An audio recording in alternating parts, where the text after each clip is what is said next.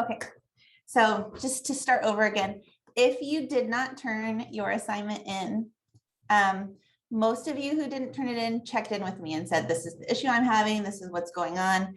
That is a very important part of the process. So if this were a professional, actual real world professional setting, there are lots of situations where for some reason you can't meet a deadline. But if you don't meet that deadline without checking in, your client is not going to be happy. So luckily we have the scheduled time, which is like a check-in time. So most of you who emailed me and said, I'm having this issue or this is what's going on. And one of you emailed me and just said, I am just flat out struggling with this. This is hard and I don't know what to do. And that's also okay, especially for those of you who are brand new at this. What I ended up doing for that student was assisting in more of an art direction role where like sometimes idea generation is really hard. So I personally think that it's easier when we have these really broad, open-ended creative projects because you can do whatever you want. But then if you're not naturally inclined to think of ideas and do that, it can be totally overwhelming and you just don't know where to start. So I'm really glad that those of you who were struggling checked in. And if you don't have it done today, just consider this like our professional check-in where you can say, hey, this is where I'm at. This is what I was going to do. This is what I'm having trouble with. What do you think of where we're at for the critique? Does that sound good? Okay. see some nods. All right. So usually I put you in breakout rooms to talk about each other's projects. And I don't want to do that this time because I want you to pull up your project and I want us collectively, as we're seeing it, to try to identify what historical style is. So because we have an observer today, some of you might recognize Mary Slaughter in the room from another comm class. She's the department chair in the comm department. I'm off screen. I'm not presentable. Don't worry.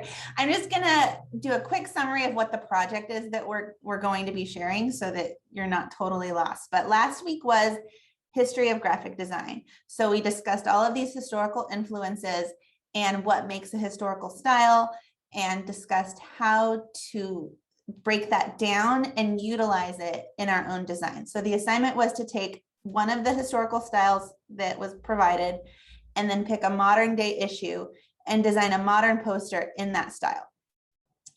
So I've already looked at your projects if you've turned them in.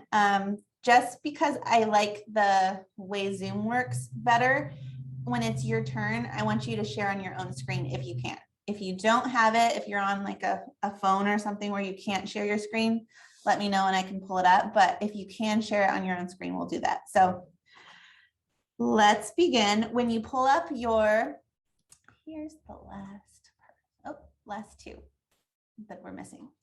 So when you share your project, I want you to tell us what you learned from copying this style and how you might apply it to your designs in the future. And then I want you to tell us what your style was and what your issue was. But first, when you pull it up, don't say anything. If you want to just put it in the chat, just comment in the chat which historical style you think it was. So remember, it is Post-Modernism, illuminated manuscript. I'm going out of timeline order. Bauhaus, and it's right on the tip of my tongue. I don't think Art Nouveau. Yes, I don't think any of you did that one, which is surprising. I think I scared you all out of it.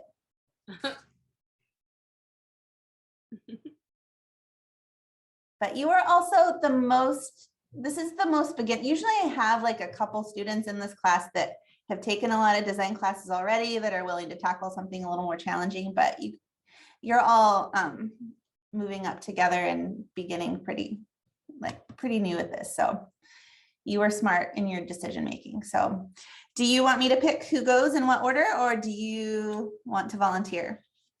Ariane raises her hand right away. Go ahead. Thank you. I'm going to just get it out of the way. Okay.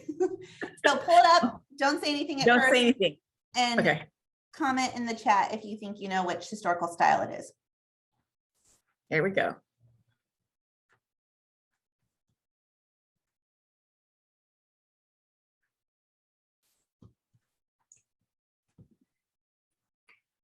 Nobody's guessing.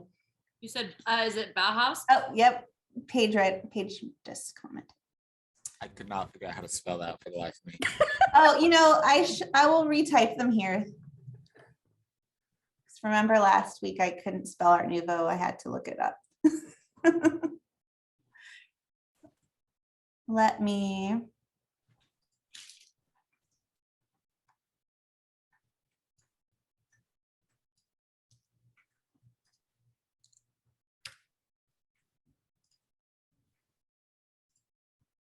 Oops, I've got so many windows open.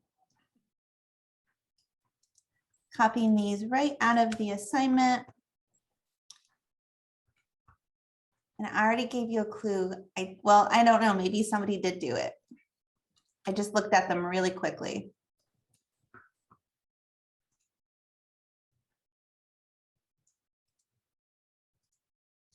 There, so that'll help. You can copy and paste it since you can't, and you can just say it if you really are anxious to say it. So, okay. One, Ariane, were we right?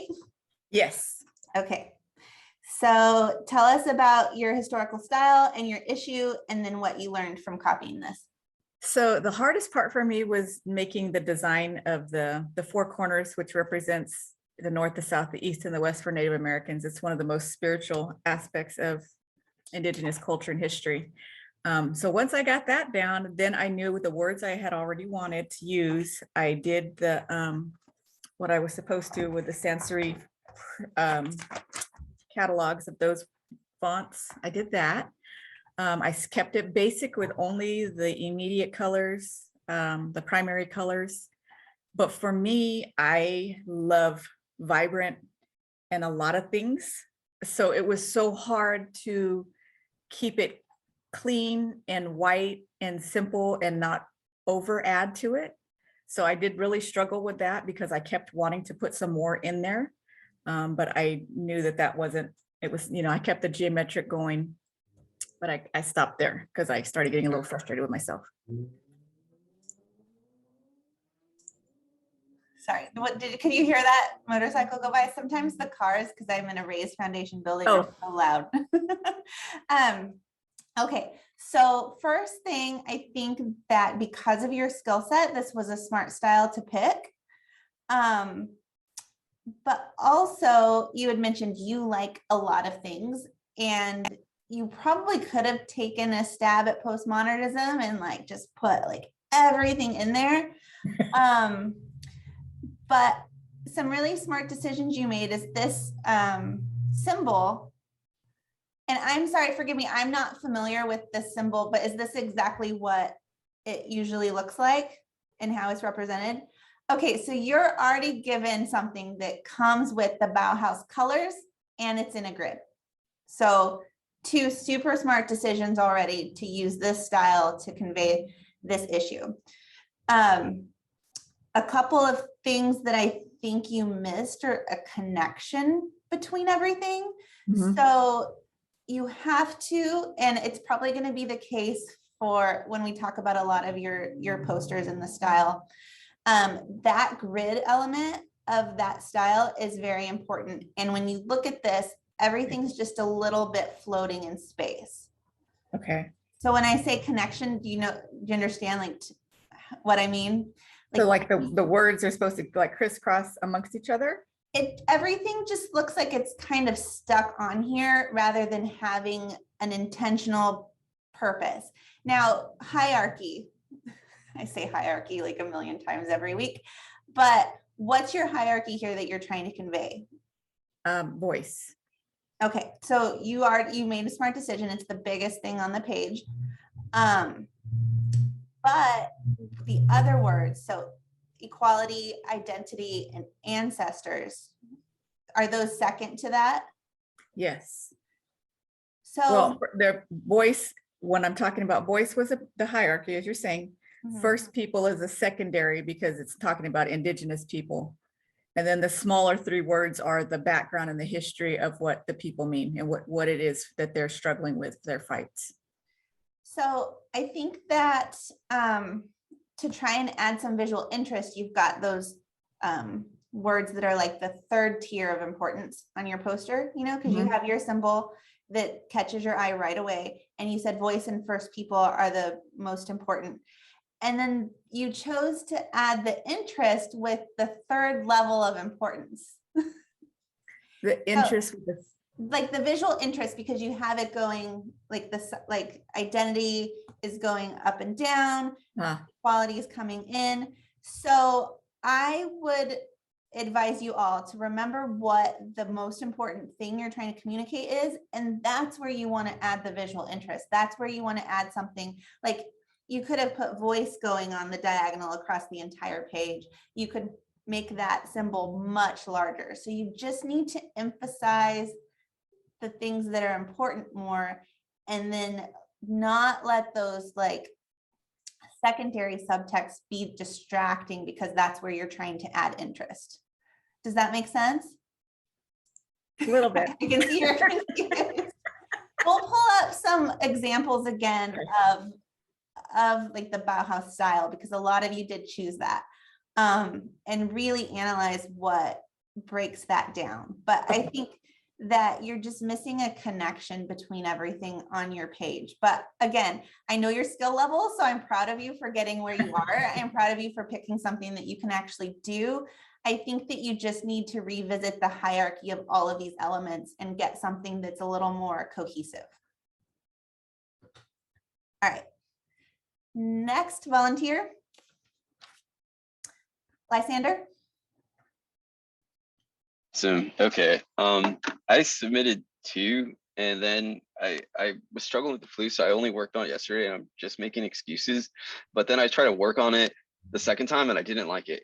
So I'm just going to show my first one, because I know there's stuff that I can build off my first one, because I thought the second one was just way too on the nose. So I'm going to share it on my. Okay, remember, don't say anything when you first pull it up. Let everybody try to guess what they think it is. We'll do, and let's see. I'm pulling it up right now.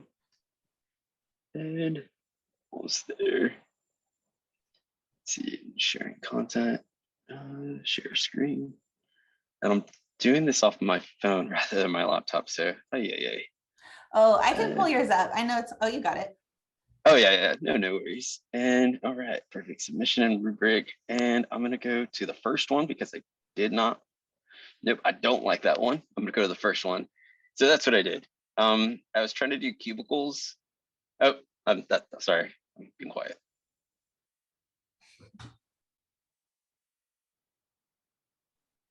Does anyone know? I would say, shoot. I would say it's postmodern. Mm-hmm. I like it a lot. I really do. I see the cubicle, like I saw it right away before you said it. It looks cool. Oh, share the one you don't like. Oh man, it's yeah. Sorry, I'm making too on the you. nose. I've seen the one you don't like already. Yeah. So I did this, and yeah, I felt it was too on the nose. I wanted to add some light fixtures and just take out all the wording to make it look more like a call center. And then the dog symbolizes, people working you like a dog. Mm-hmm. Yeah. Okay, you can go back to the one you like. I just wanted everyone to see.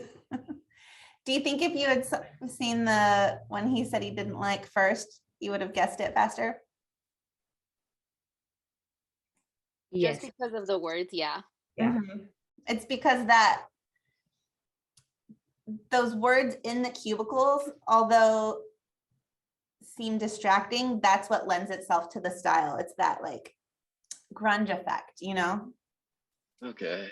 So this is almost too symmetrical and clean, but you have a lot of cool imagery here that you're working with. Okay, I'll take it. It doesn't look like it, but oh my goodness, I spent far too much time than I would like to admit. Did you draw all of that from scratch? Yeah. I did the cube. I downloaded a cubicle like ad. I think it was like a Stinson like catalog, and then I used the shapes that you showed us, and then I did the shapes, and then I outlined a picture of my dog. Oh, that I I'm had. proud of you for using your skills from past projects to do this. See, good job. Yeah, I think that the one that you said you don't like is easier to identify as the style because you have that extra layer that makes it connect to the postmodernism, which has a lot of stuff in it, for lack of a more sophisticated way to put it. I think that I'm looking at it here still. Let me share. Let me screen share since he's on his phone.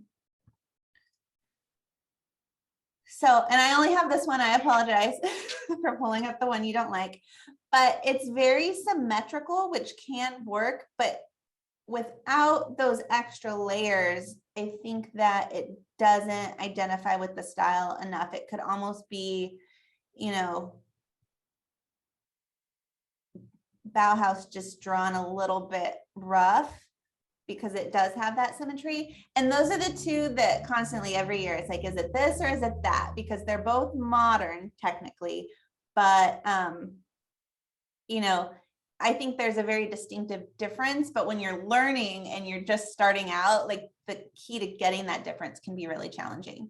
So I think that if you took this and just maybe gave like the headline, it definitely conveys, I think it's great imagery. It's a great topic and one that I haven't seen yet through all the years of assigning this project. So you've got a great subject matter, and maybe if you took like the headlines or like these, instead of just lining them up, and you have 3 different fonts that you picked, which this is the style to get away with that, using excessive amounts of different things, but maybe like put them in a container, like a box, or do something with them to kind of layer them or move them around. Don't just center everything neatly in here. Give it that other layer, and I think you're capable of it on a technical level. Just give it that extra dimension. And maybe these don't work right here in the cubicles. Maybe that's distracting, but you could put them, you know, somewhere else as text, or put those in some kind of container. Like what goes with like a business thing, like you could put them in like yellow post-it looking squares and kind of just scatter them about, but just give it like an extra layer of something if you wanted to. No, that's great. I was telling my wife last night, I was like, the only thing that makes it look like, you know, postmodern is just that I had the X's that I saw in like the other template that you showed us. And I was like, but every time I added something to it, and I wasn't sure if I was just like recovering from my sickness, like I was like, maybe I'm just looking at this too long, but no, I think it was easy to identify. I think that with your skill level that I know you have, you didn't push it far enough. And that's the style where you get to push things and you get to add lots of things. And so when students always submit something and they're saying this is postmodernism and it has a lot of restraint, that's always going to be my critique. This is the one where you get to do something wild or excessive that normally we would say like, oh, you should really simplify that, or that's a little bit hard to read. Like this is the style where you get to do that. So just push it farther. will do. All right, let's see. Next volunteer. I'll go next. Okay, was that Ashley? It's Mallory. Mallory. Okay, I couldn't see on the who was talking. Go for it. Okay.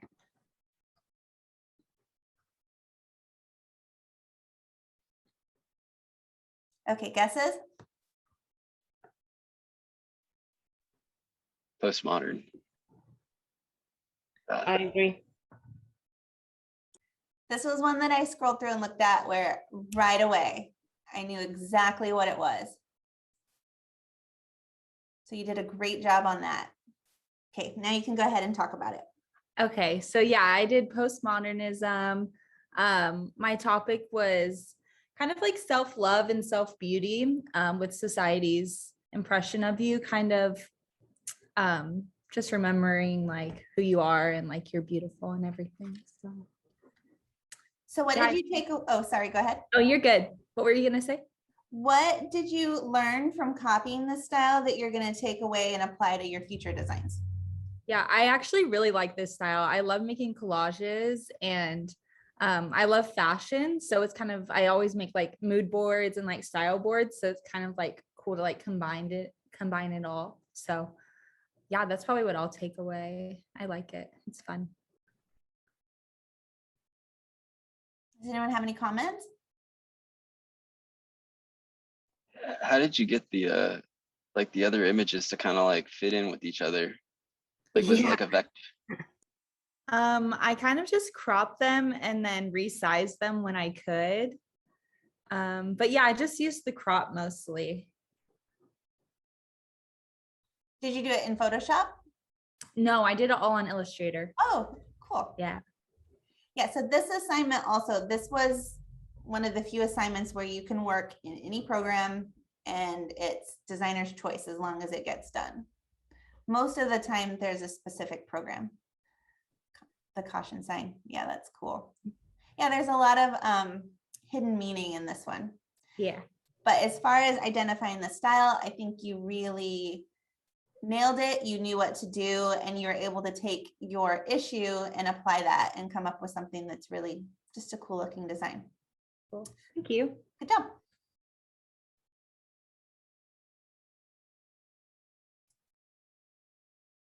Okay. Just going to start going down the list. Is that okay? Okay, Ashley.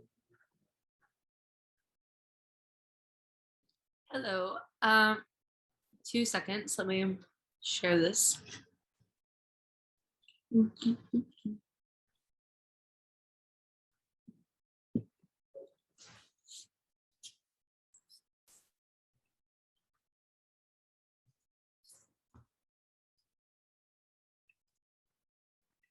Can you guys see that? Mm-hmm. Okay.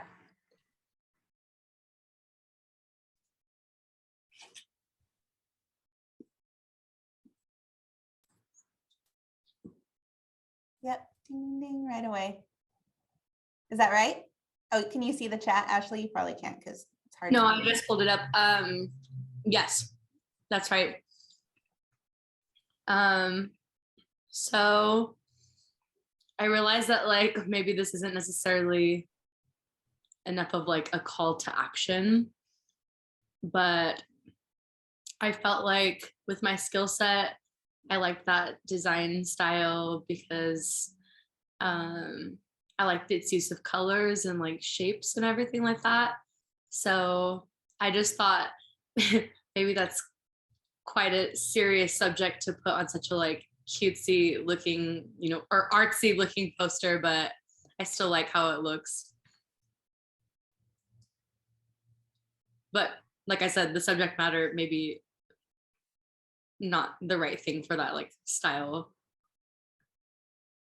Explain some of the symbolism that you've got going on in your geometric shapes. I feel like the use of color was very important. Symbolism in the shapes. Like, why did you choose your circles and your stripes? I felt like it just complemented each other nicely. However, in retrospect, I'm also kind of feeling like I should have put more like stripes or maybe balance that out more so that it was, you know, symmetrical, because I feel like maybe that's an aspect of that design. But I don't know, I guess I just thought it to be visually appealing. Yeah, I mean, it does look cool. I think But I definitely like, I think I was maybe missing the whole like I was gonna end up doing something like just drawn or whatever, because I was like, I don't know if I'm gonna be able to do this on like the programs. But once I got started, I was like, well, this kind of like represents this to me, but yeah, maybe it needs like more, a little bit more in depth, you know? Yeah, I guess that's kind of, I like the simplicity of it, but at the same time, I think maybe that's where yours is missing the mark, and just more intentional communication as far as your issue. right, But exactly. as far as understanding the style, I can, like, the style is visible and we can all tell that you understand what that is. So What are you going to take away from the style as you move on to your future designs? Did you like it? Not like it? I liked it. At first I was kind of thinking like the color schemes together I thought were a little bit odd, but the more I looked at it, the more I was just like, I don't know, it kind of reminds me of like, it's like propaganda meets art and stuff like that. I don't know. But I think that, you know, as we have that opportunity to resubmit things, I could go a little bit further in depth with like the actual, you know, message. Yeah. I just didn't know with that style if too many words was going to be like, kind of take away from the style, I guess. So you don't have to communicate with words necessarily, but like you have 2 circles on this page and then you have your lines. So what do those mean? You know what I mean? Like take that opportunity to make it intentional. So like, you know, I see what you mean. so I would say that's where yours misses the mark. You just need a little more intention and obvious communication of your topic, but I can definitely tell you understand the style. So because I've seen these, I'm going to have Brianna Martinez go next so we can, because it'll be a good contrast between these 2. Cool. Is that okay, Brianna? Yeah, that's okay. That's fine. Okay. That's fine. So I'm with Lysander. I had this was probably like my toughest assignment so far in this class. Every time I think the last one's tougher, then the other one's even more tougher. Okay, let's see, share my screen. That one. Can you see it? Not yet. Okay, now I can see it. Okay, I kind of gave away the historical style. That's totally fine. I mean, I figured they would have figured it out. But we all get it now. We can identify what Bauhaus is pretty easily, and most of you who chose that one did a very good job. So I would say comparing this to Ashley's is going to be interesting. So I'll let you speak on it first. Well, mine was climate change. I had different ideas for this. I really did. I was going for postmodern in the beginning, and I had this awesome idea, but taking your idea and putting it on the computer are 2 different things. But for this, I just thought, you know, I feel like people say there's climate change, or we see it and we say, yeah, we should do something about it, but not like, we don't really do it. We just know it's there, but we kind of well, like we just kind of put it on the back burner, I feel like. So I just feel like we see climate change. Some people don't. Some people say it's not real, or, you know, it's a hoax, but I feel like it's not hard to see it. Like, it's kind of where I went with it. I also want to point out that I really like how there are lines on the page, the border lines across. And then I also like that there's one set of lines, the blue and the red, that are crossed. And it's kind of like a symbolism, like we've already crossed the line. I saw that and I kind of liked it. Yeah, sure. I'm sure it wasn't, but I liked it. Thank you. Thank you. Thank you. I do appreciate it. Yeah, so the reason I wanted you to go next is so we can compare these two projects from a stylistic level and the way the historical style is being used and the way the modern issue is being used. I think that you did a really good job of communicating your topic, and you can tell exactly what it is. I like that you added the eye, that's and then you have the repetitive shapes.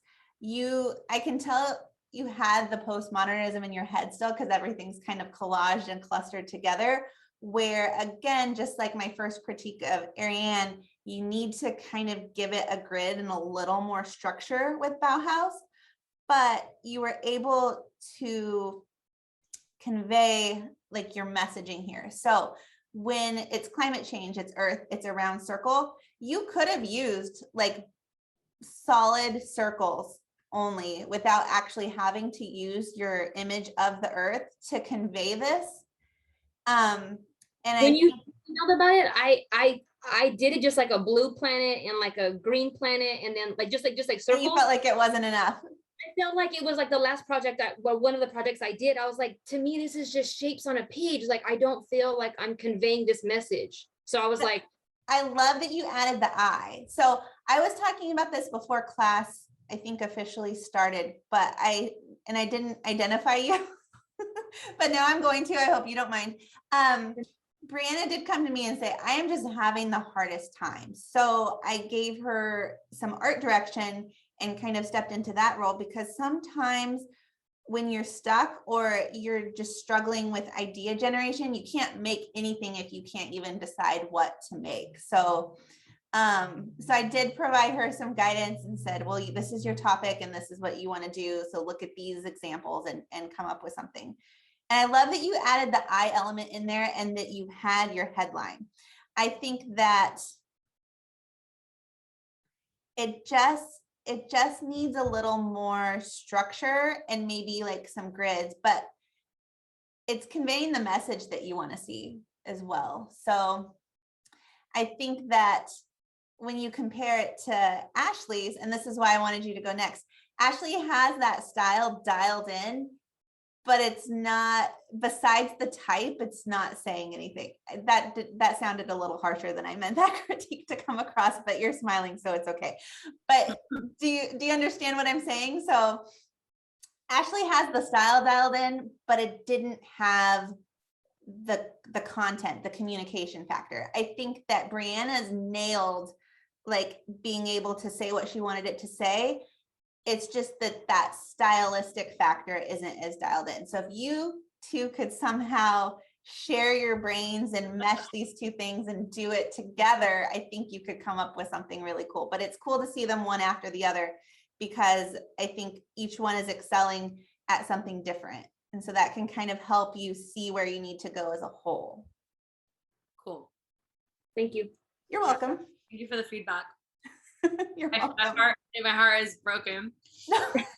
Sorry. We just had a lecture last week about giving nice critiques and useful critiques, and then, you know. No, honestly, that I was thinking the same thing myself at the end, and then I was like, all right, I need to elaborate on this and maybe like, yeah, get that feedback. So I appreciate it. So let's see. Let's go with Star. Do you want to go next? Yeah, I'll go next. I'll put them on video too. Okay.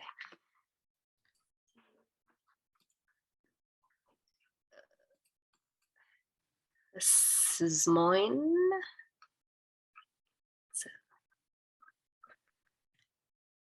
Okay, so what do we think it is?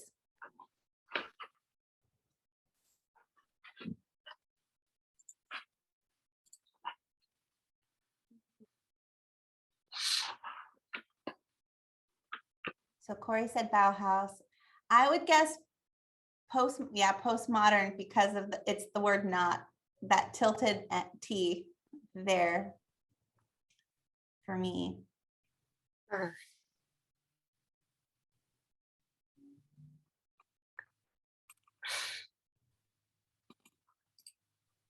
right, Star. Who's right? I was going to try to do like postmodern. Yeah, that's what I was trying to go for. So, and So if I led you there and you just changed that because I said that, that's no, I was trying to go for postmodern. No, I was. Okay. But then as I was doing it though, it seemed like Bauhaus too. As I was doing it, I was like, I don't know. Well, it's clean and very intentional, but you have enough layering going on that I think that it definitely has. And the color palette was a big thing too. So it's definitely not a Bauhaus color palette. But sometimes I have trouble not saying something and I'll lead you guys places, and then it's like, oh, well, you know, if I were in a client meeting and they said, oh, I love how you did that, I'd be like, yeah, absolutely. Absolutely. I did that on purpose. So that's just being smart about your critique. So, okay, go ahead and talk a little bit about your style compared to your subject that you chose, and then what you learned from copying this style. Well, I was just trying to go for like what's happening right now in the world, and I used the white on the flower to represent like peace. So the peace sign too for that. And then what I learned from the style making of this. I guess, is that like with the fonts and stuff? Like I went on a website to try to make another different font on its own. Like I had to keep adding different layers to the, what was it? Oops. I don't remember. Like the opacity and stuff. Like, I don't know, I went on a website. Yeah, and it said to do like 1px and 1px like for, and it kept like adding layers and it looked more 70s because I was trying to go for like a 70s style, like retro in a way. And trying to do like a poster that someone would have like at a protest. Like that's what I was trying to go for. But I think like to make my future projects better, I would probably download like certain fonts because I found that out a little bit too late as I was like researching like little things. Yeah. I could have downloaded like little things here and there.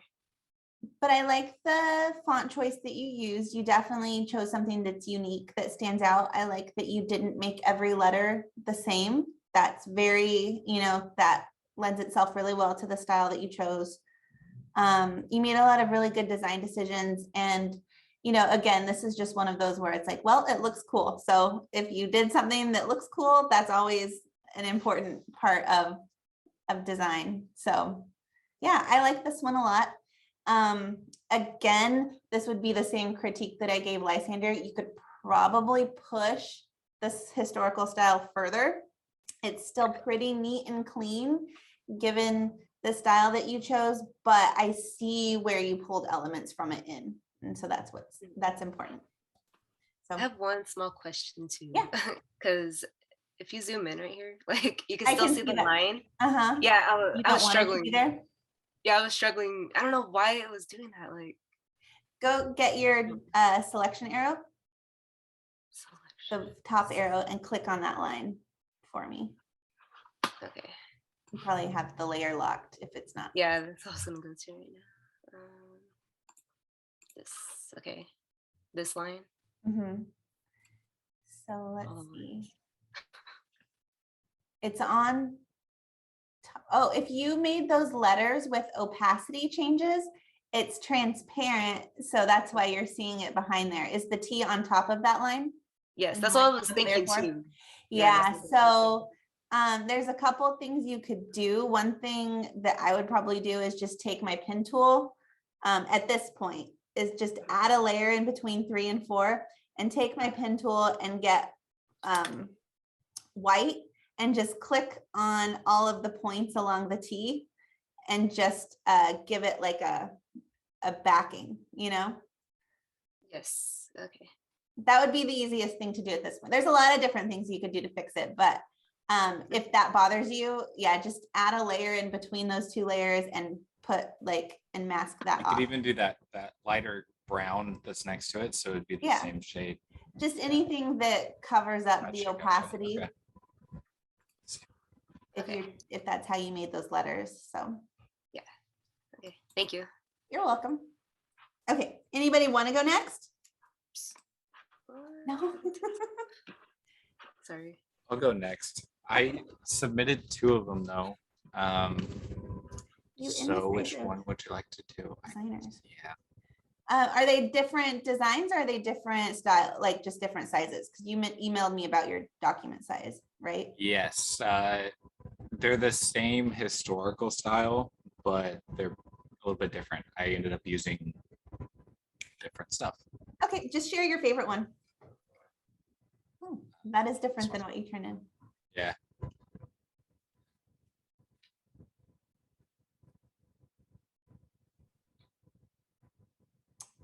Comments on style? Okay, there we go. Right away. Very distinctive. And then this is the one that I submitted to you. That's this one. Mm-hmm. But this one was too small. I still think that it's pretty distinctive as far as the stylistic choices go, but I do like what you've got going on in your new one better. I think there's just more like hierarchy and lines? So what I started to do here, down here, this is actually this translated Russian, and that says stay calm, and then this one says military exercise. So those are both propaganda from what Russia's doing right now. And I was planning on filling this guy with more, sorry for zooming like crazy. I was planning on filling this guy with more text, like along his arm and just along his head, just using different fonts like that. Headlines and things of current that I think would kind of focus the image a lot more, because it seems a little distracted. That's I don't know. That's a good point. So I think that so far what you've done is made something that looks, again, it's a cool design. It looks cool. We all can tell what style it is, but your message, so now Ashley won't feel left out in this critique. You need to communicate what your main message is a little more intentionally and a little bit stronger. So you need to tell people exactly what like side you're on and where you're going with this, and just have a little bit more messaging in there that that pops out right away. I mean, everything as a whole, you can tell how it's all working together, but just add a little bit more of that communication aspect into it. But yeah, it's really cool. Thank you. I actually kind of messed it up, and I won't be able to really change it much because I decided to merge all visible layers on Photoshop, and there's no getting out of that one. Nope. Should have learned that last week when we did layer masks. Well, see, I did, because I had to take the fully colored one to put the black and white one to then put the fully colored one to then fade it out. So I did merge all visible just so I could do that final masking and kind of gray it out. So, It happens to the best of us. The more you do in Photoshop, the more you will learn non-destructive editing techniques and when you're in trouble. And sometimes you have to smash it down, yeah, just to be able to import it or do anything with your file because it gets so big. Right. And that's exactly why we do that whole lesson on why you use Illustrator, why you use InDesign, and why you use Photoshop, because Photoshop files can get really complex. So. Yeah. That's how this one was, and then I smashed it down, saved it, and called it a day. All right, good job. Let's go to, Paige hasn't gone yet, right? Correct. I have a list, but it's getting a little messy because I wasn't going straight down the list. Go No for it. worries. Let me pull it up.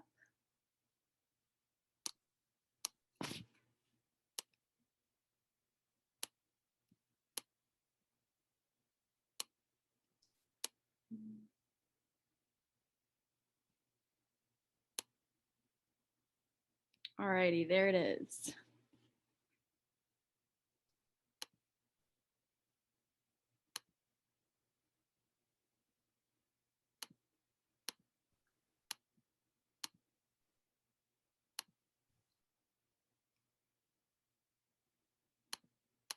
So 2 guesses for Bauhaus. I just realized I should have done polls every time. We could have done polls. That would have been a good idea. I'll remember that next semester.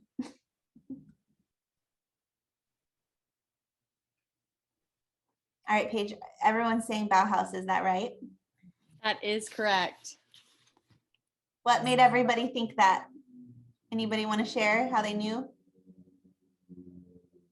For me, it was the lines Mm-hmm. and the colors. Mm-hmm. And the spacing too, I think.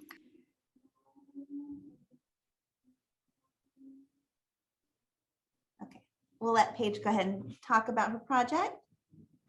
Okay, so I wanted to incorporate some of the key Bauhaus elements, like the grid with all my different lines there. And then I kind of tried to use like the waves as like part of that grid too, just trying to like evenly space them and like kind of turn that into lines too. And then I also felt like the lines added to like the geometric aspect of the style. And then I didn't use like the exact typical colors of Bauhaus because I kind of wanted to make it my own. But also when I was researching, some of the things said that Bauhaus like colors were also like springy colors. So I was like, I'll just roll with that. And then one thing I learned, I usually lean towards more simplistic designs. So I feel like this project just kind of reaffirmed that simple designs can be super powerful and super effective. Cool. That was a great explanation and synopsis of your project. So I think this one is so strong because it's not necessarily like an exact copy of the style, but you did a great job of incorporating those elements. And then even things that are off the style, like the color palette still works because you used colors that all have like a good harmony together. And then adding those whales, which are like more organic flowing shapes, it does kind of replicate those geometric circles, the way you decided to cluster them together and placement of everything. I would say my one critique on this one would be that the waves, if you were, and I can show, you can make waves like this in Illustrator with a tool, and then they would be all really precise. You just go up to, I have to look really quick. It would be effect, and then it's in the distort or transform. So you could make a line, and under effects, under distort and transform, you can make waves that look really precise. So if your waves were just, instead of more hand drawn, you've got the repetition down and it's part of the grid, and that makes it look really good and not too off style. But if you made those wave lines really precise and drawn in Illustrator and then repeated that, I think it would just take this up to the next level. Got it. Yeah, that totally makes sense. I really like how it's obviously Bauhaus design, but there's so much movement in it. And I don't know, I definitely haven't seen a lot of, like, it's not like I sit here and scroll through design all the time, but I haven't seen a lot of that Bauhaus with that much movement in the picture, especially with the whales and the waves. It looks really good. Thank you. I was a little worried that like all the movement in it would kind of take away from the Bauhaus element. So I'm glad that like you guys still picked up on that. It's your grid. You were really smart to make those lines and then place everything within those grid lines. Perfect. Well, thank you. All right, good job. Anyone else have anything they want to share about pages? Okay, with that, I'll go to Miguel.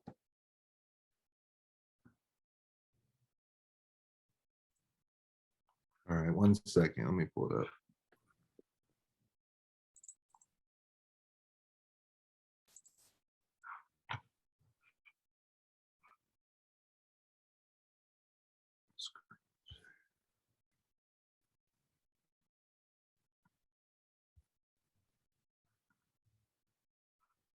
All right, can you guys see that?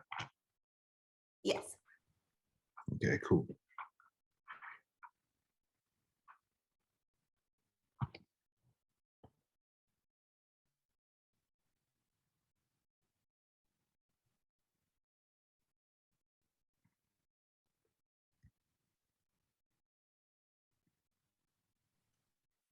All right. Guesses are in. Go ahead and reveal your style. Yeah, they got it right.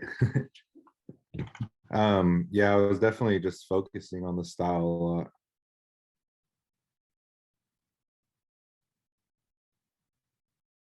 I kind of got lost, like trying to put like a picture from like what I'm trying to portray, and I kind of just focused on the style. You did the same thing that Ashley did. Yeah, I didn't realize it till. But I mean, you're all starting out. So I know I repeated this several times last week, like work within your skill set, work within your skill set, to the point where all of you thought, okay, this one's simple, we're gonna do this one. And then so like none of you tried like the more like ornate or super detailed styles, but I think that you definitely showed that you understand the style and how to break it down. That is really important. And I think you just need to add an element of the issue, the modern issue, to have a stronger communication factor on this. So again, we look at this and we see the style first, but I don't really know what it's saying to me until I read it. You know what I mean? Yeah, exactly. Yeah, that's where I felt I messed up on, because I focused on that so long that I kind of just lost the point. But again, it looks cool and I can tell you understand the style. So does anyone have any suggestions? What do you think Miguel could have done to bring his topic into this a little bit more?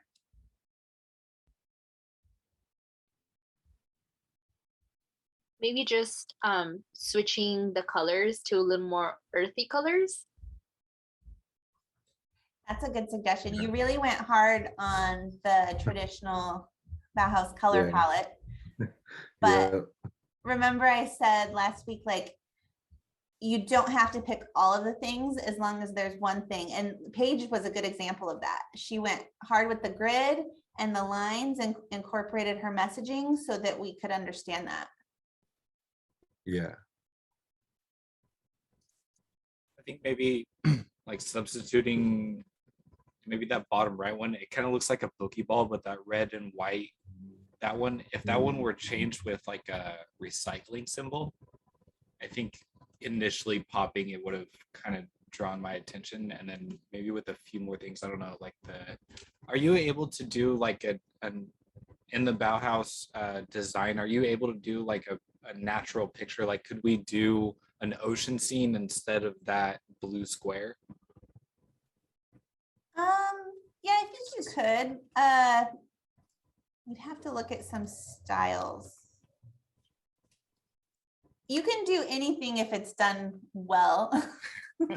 Okay. I think we've talked about this before, but it's very geometric. There are some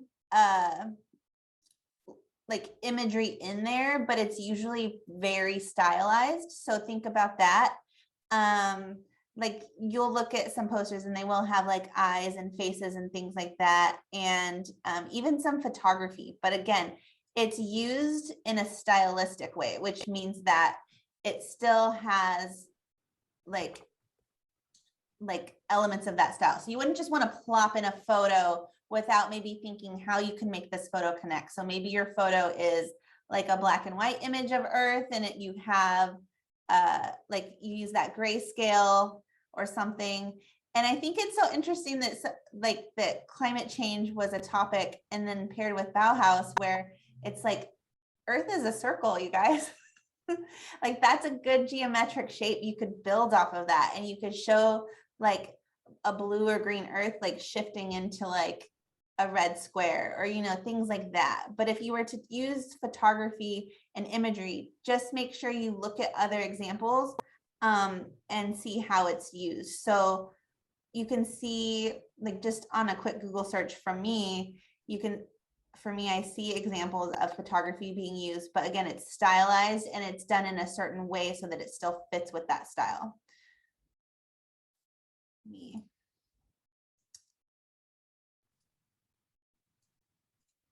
So here's an image from Getty Images. I'll put it in the chat.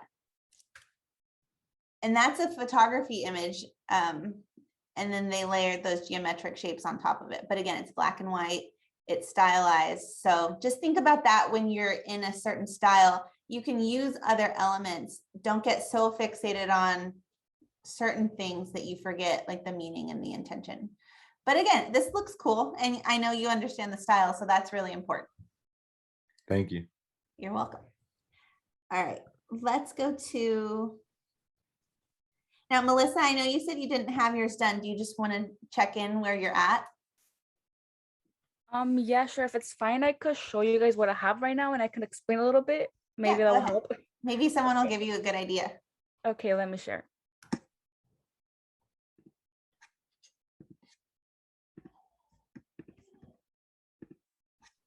Okay, so this is what I have right now. Well, I just did it right now, but this is what I had before. I was like, this looks like a little kid did it. So I was like, I'm just gonna have the pictures that I based off and I put them on a document.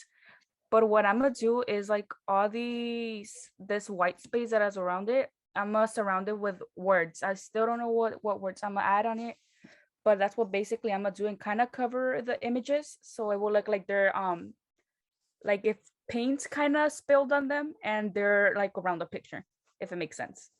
So then you're going to go for postmodernism. Yes. And then what's your main topic? It's street vendors.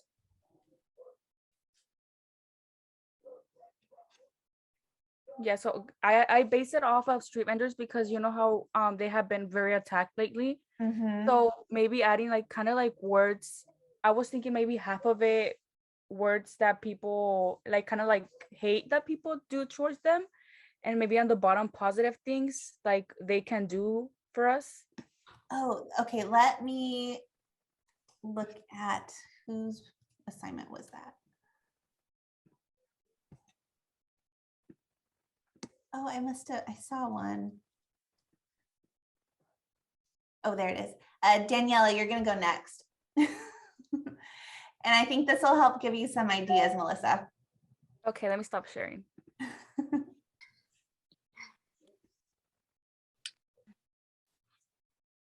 Is she there? Yeah, I'm here. Okay. Yeah, I want gonna you to go share- next. Okay.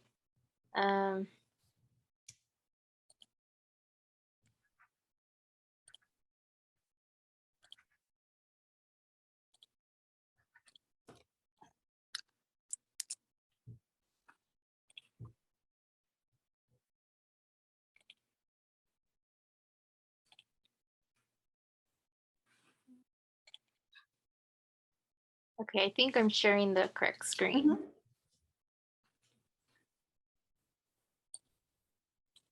Okay, so again, I gave away the ending. We know what style this is. But go ahead and talk about your design decisions and things like that. So I chose postmodernism, but based on the critiques, I think I could have gone way further. So added more words and made them larger.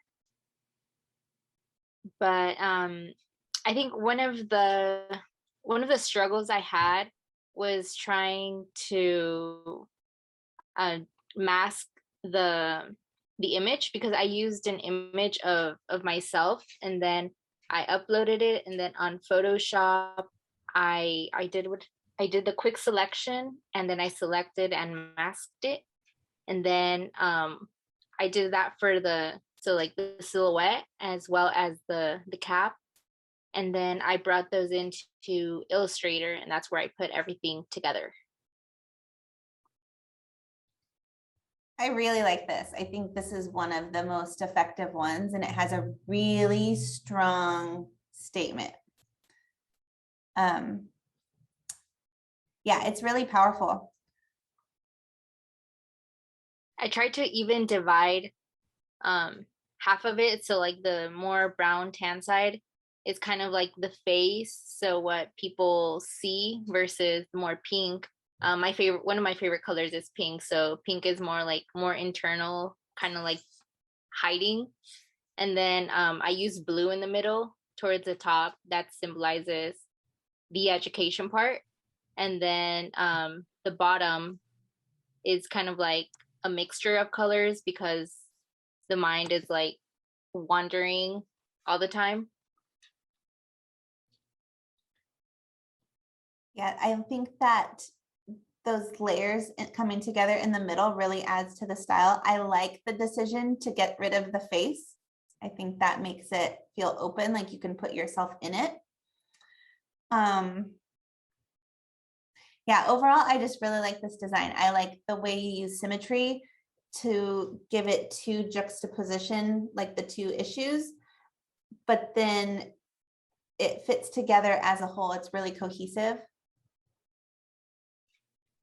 And like you already mentioned, you can push the style even more if you wanted to. but I also think that you were able to dial that in really well, show that you understand it, and then make something that's all your own. Yeah, you have some really nice comments in the chat section, but this was one of the strongest ones. I really like this one. I like the messaging. And when Melissa said she was trying to show like the things that were being said, it immediately reminded me of seeing this earlier. And so I wanted you to share this to help show how you decided to showcase the two sides of this issue. Melissa, does this give you any ideas? Yeah, how she used her colors. I feel like I'm gonna try to do something like that too. Yeah, and then I mean the use in postmodernism too, think about the use of photography. I know you had some illustrations that you pulled, but that collage element.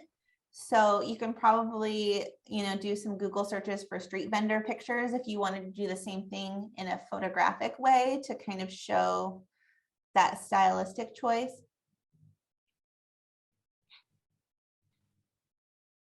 Go Little Rockstar. I didn't actually notice that one tucked in there.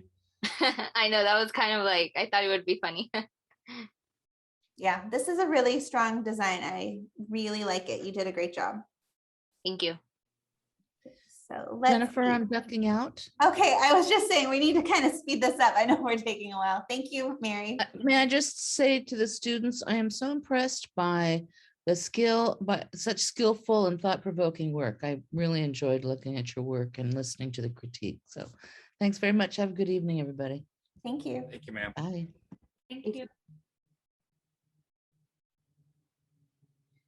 All right, now we can be our usual weird. Oh my gosh. Oh. Just joking. Everyone's been great. But yeah, thank you all for participating so much in everything, because she was monitoring me to make sure you're learning.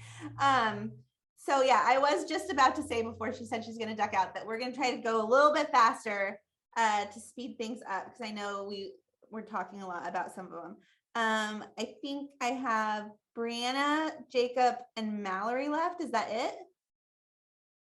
Okay. I already went. Oh, you did. Okay, sorry. Oh, I wrote you down twice. That's why. So just Jacob and Brianna. I can go. Anyone? Priscilla, did you want to go as well?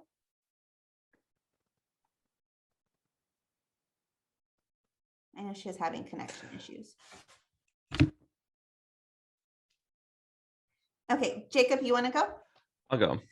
So yeah, I did one and I was working on it. I woke up this morning and I looked at it and I said no. So I deleted it, started from scratch. So you did that. I feel like a lot of you have said that. 3 at least. Okay. Okay, so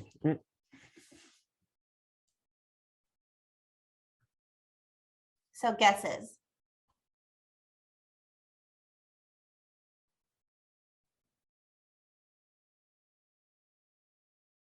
I can't see the chats. Everyone's saying Bauhaus. No, yeah.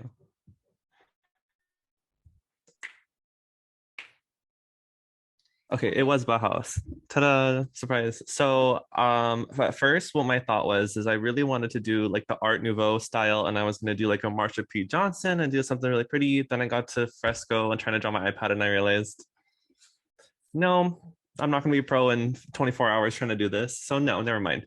So I was like, let's rethink this. So I started with the symbol. I did all this on Illustrator. So this was just making the little shapes and doing all this, everything. So first I made the little symbol and then I was like, oh, let me do like the color palettes. That'd be really cute. And I was thinking in my brain, I was like, like I was doing research on Bauhaus and I like the ones that push the gradient or like the grid to be like off-centered, or they were like slightly crooked. So I was really like, no, I want to do that. And I was almost wanted to be like almost feel like stained glass, where it was like all the little shards didn't quite really add up. And then I was like, oh, I can just mess with the angles that are already there with everything. So I did all of it, did the colors, and then realized I forgot the text. So I was like, I redid it again with the words and then changed the things. I just wanted all of the little things. So actually all of the colors aren't the same. They're all slightly different. So that way I also was like, oh, how cute, everybody's still valid and important together, but it's all still on brand. And then it looked really weird with so much white in the middle. So that's why there's that little bit of grayscale like in the middle, but I also thought it looked fun with that gradient to contrast those like off-white colors. So it was just kind of weird that it like in my brain was all over the place, but still was somewhat cohesive. Yeah, I think this is really cool. Anybody else have comments first? I was gonna say, I was in your group last week, and when you were talking about doing Art Nouveau, and you can kind of see like I guess like some of the style patterns, I guess, with it, and so like it's kind of cool. I really like how you kind of did that whole kind of, I'm not sure what the word is, like that whole kind of window stained glass kind of thing. So it came out really good. So that's funny, because if you had actually said it wasn't Bauhaus, which I was almost positive that it was, I'd be like, okay, then it has to be illuminated manuscript because it looks like a stained glass window. I think if the font was something different, or like one thing, if I could have gone back and I did it today, but if I went back, I would have changed some of the like size of the lines and then maybe added a little bit more. So it was still a little bit varied. And then like, even in the way we're looking at it right now, I swear, even if I zoom in, it's lined up on that E, but it just doesn't read that way, like on there. So like, I really couldn't figure out, like the closer you get, you're like, oh no, it's literally like there, it's a little bit off, but like it drove me crazy when I submitted it and then stopped and looked at it again, and it just looks like Are we looking at a PDF? This is the PDF? Yeah. Sometimes fonts do weird things like that in the PDF. Is your font outlined? No. If you convert your font to outline and resave it, it might fix that. Okay. Because I did it and I went to go upload it and I saw the preview and I caught it and I was like, okay, so I went back and fixed it, readjusted all of them and did it again. And then I looked at it when I went to pull it up to show everyone and I was like, it's really? Probably just a weird font glitch. So if you converted that to outlines and re-exported the PDF, I bet that would go away. Okay. That's just a weird technical thing that happens. And I thought about it, and because I did it first as one text thing and then made them outlines and then did the glyphs so that way I can move around more, and I didn't like them. So then I forgot that I made 3 different ones for each of the words, so their own text box, and then I didn't convert them back to the outlines again the second time. So I had it and then forgot it the second time. I think what's really strong about this design is that you picked a style, you went for it, and then you were able to incorporate your messaging into that style really cohesively with your use of your lines carrying over. And so it's a really clear message, but then it just also has like a not, I guess, fun. Fun seems like a weird word to use for, something that's serious, but you know what I mean? It looks visually appealing. It's just cool looking, but you were able to connect your messaging into that really, really well. And again, you use colors. So I think this is what we can take away from Jacob's piece, is that the color palette is connected to the messaging, but then the grid and the overall design elements really lean towards the style. And then just really clear, stop trans violence, just 1, 2, 3. It's not, we don't have to figure out what we're reading. We can see that right away. So everything like hits us and we can understand it all in one dose, and then start breaking down all of the details that you described. Yeah, another really cool one. Thank you. Okay, so I know Priscilla said she had connective issues. Priscilla, are you going to be able to share? No. Okay, Brianna Morris, do you want to share? I didn't see one for you in the folder, so if you want to share where you're at. I don't have mine at the moment. Yeah. Do you want to talk about it? Get any advice? Oh yeah. I mean, so the topic that I plan on doing is climate change, and the style I was gonna go for was gonna be postmodern. So I was gonna go for like colors like green, brown, like colors of the earth kind of thing. But yeah, that's all I have so far.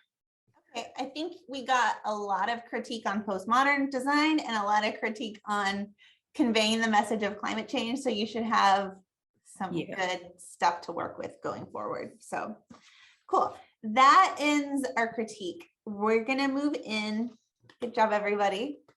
I think there's some really strong posters in here and some really great designs. And the most important thing is that I can tell a lot of you understood breaking down that style, and that's what's so important about it. And that's why we do this assignment. So anybody need like a 5-minute break before I talk about what we're going to do? Okay, let's take 5 minutes and then we'll come back and I will share the assignment that makes people cry. It's not that hard, but I want to go over it with you so that you don't get upset during this week. So take a break, come back at 6:46. Can I share mine real quick before you take off? Yeah. Okay, I went and tried to redo an update. Is that a little bit better? That's giving it a lot more structure. Yes. Good job. Okay, just checking. I'm going to I submit that still one. feel like, so, and this is my own personal thing. So the way you typed identity, like with the words down like this, I just can't read type that way. I want you to write identity like normal and then tilt the whole word. That's what I want. How do I do? Okay, let me do that. So hold on. Just for legibility reasons. Okay, hang tight. Here we go. Okay, can you see? Uh-huh. Okay, so what you did is probably return each word, right? To get it to go down. okay, I have no idea. I don't know. So each letter, so you hit the I, return D, return N, return. There you go. Okay. So now make that text box even a little bit bigger. Give yourself some space. Oh, bigger, like wider. Now highlight that word. Okay. And then go over to your tracking, which is the one where you move the letters apart, because you still want it to occupy that same visual space that you had when it was going down. So tracking would be, see where it's in your character palette, go up and then over. See where that's letting, now go down to the V/A. And just pick like maybe 200 and you can change the number. Okay, right here. Yeah. Okay, love you, son. 32. Okay. So you could even make that go like to 500 or more if you want it to occupy more space. You can just type in, you can even type in like 1,000 if you want to. 1,000? Yeah, because you've got a lot of space right there that you're gonna fill. Well, you said 1,000, huh? Yeah, add one more zero. Okay. Whoa. So just make your text box bigger. That's all you need to do. Is hover over the side again. Yes. Okay. Okay. Now flip that entire thing. Oh no. Rotate it, and you can even go up to object rotate and just put 90 in if you want it to be exact, but you can also hold shift and just turn it. When you see the side, when you go to the corner, you'll see the rotate up to that little corner, hover over like the top part of it. So that's the scale. Now go up a little more and see where it'll shift. So that scale, if you go up a little bit more, it'll turn into rotate. Oh my, right there. You see, you had it. Now just turn it around. There you go. Okay. What is going on? Okay, you have something about the text box isn't letting you do it. So just take your type tool. Go click on the type tool. And then, nope, the T. I see it right there over on the side. I think it's a T with the rotation on it over on the right side under regular in the character tab. I don't know if we care about it. I just want you to get that, get that out of the text box. So what you can do is even like just highlight, hit Command or Control A right now. Control A. Okay. Now hit Control C. Okay. Now click over to the side in this gray area where nothing's there and just click. Now hit Control V. Got it. So now get your, just delete that box, delete the whole box. So get your selection arrow. Click on that box and hit delete. Okay. Now click on the word identity. Okay. Now underneath the T, your type tool is the rotate tool, but you got it. You had the rotate. Yeah, now just rotate that to the side, to counterclockwise or clockwise. It doesn't matter. I guess it does matter. I think, how would you read it better? Go counterclockwise. Yeah. Hit shift and that'll, there you go. Now let go. Oop. Okay. Now move that there and maybe decrease that tracking to like 900 instead of 1,000. Okay.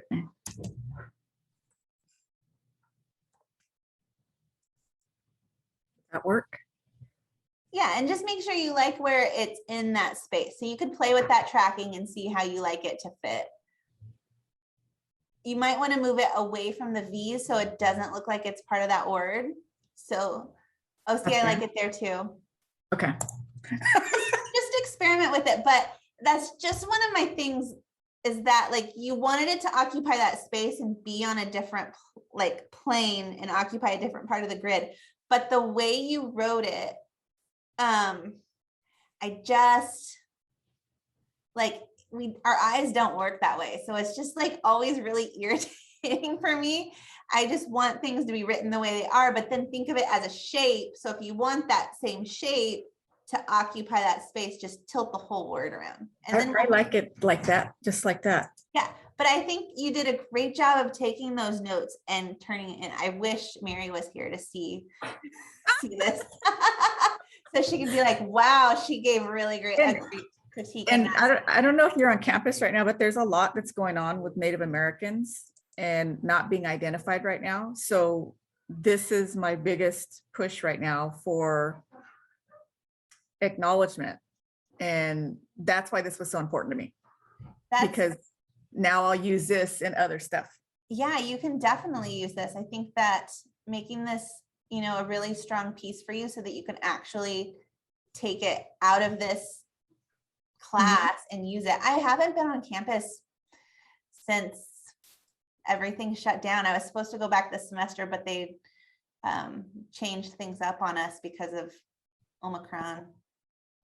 Right. But like there's a big push right now with the Native American students. So we just started a brand new Indigenous Faculty and Staff Association. And then we just started just like 2 weeks ago, a brand new Native and Indigenous Student Coalition. That's awesome. Because there is no Native American representation whatsoever on campus. Oh, wow. So there's only 46 students out of 11,000. So does the blue in your design signify anything, or did you just add it in to have another color? I did it just for primary. Should it be, you think it should be like another? No, I was just thinking, I'm like, well, if you're actually going to use this, let's yeah, I am. dive in even more and see where we can help you. But so we're back from break. Okay. We can talk about this more after class, and you feel free to take a break since you didn't get yours. Okay. But I will start discussing what we're going to be doing this week. So this week, there's no official lecture. All we're doing this week is an assignment, and it's a more technical based assignment where you have to follow these steps to get to the end results. Typically, there are a lot of steps, and it's in Photoshop, so some students do tend to struggle with it.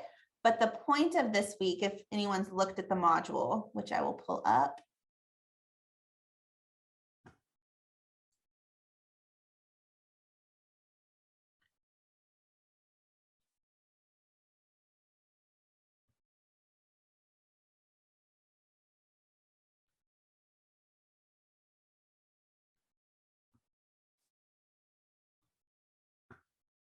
Let me screen share with you.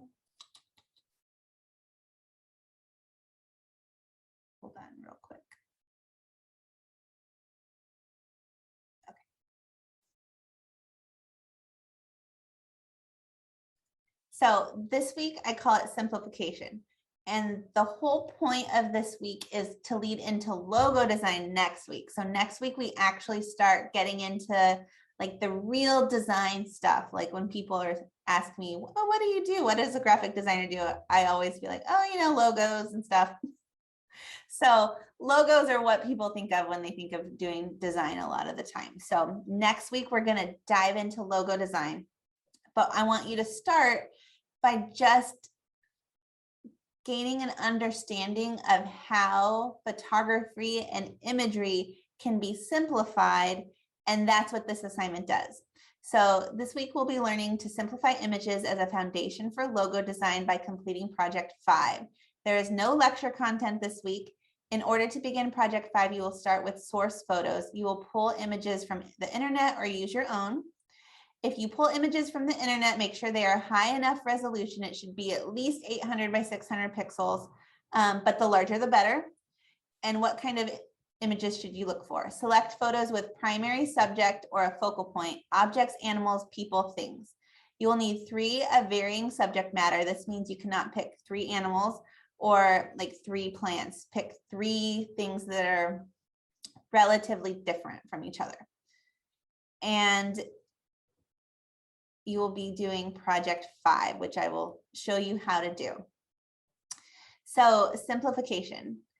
The description. Select 3 photos to use as a starting point. Photos should have 1 primary subject or focal point: objects, animals, people, things. It's repetitive from the last thing. So these are tips for looking for images. When searching on Google, you can add the word isolated on white. You'll see my Google search earlier.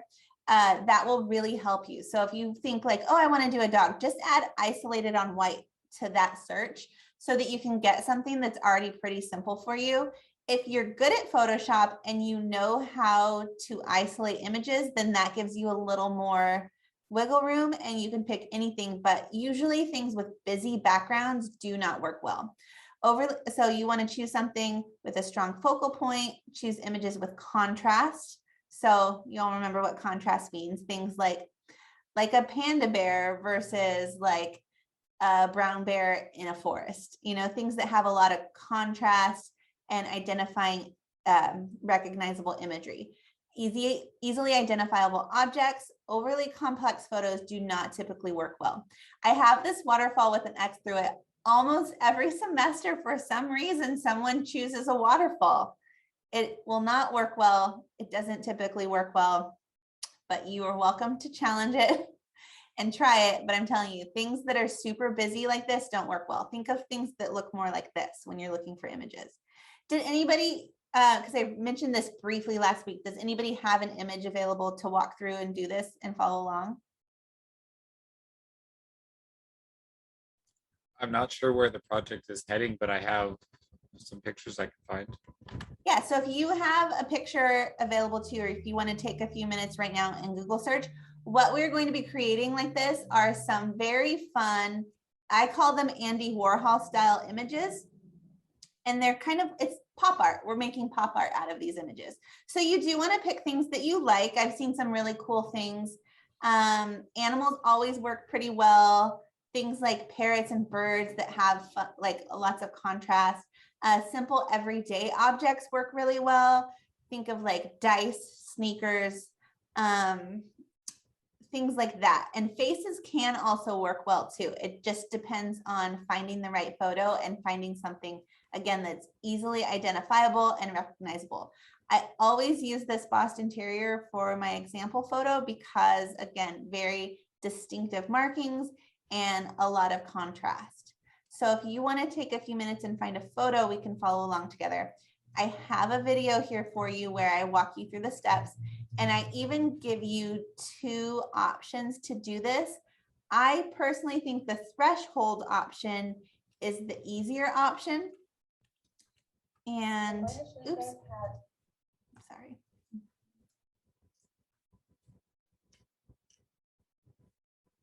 Yeah, so I think so, especially a lot of you are beginners. And if you do not have a lot of designers or people that are artsy in your life, they will think this is really cool.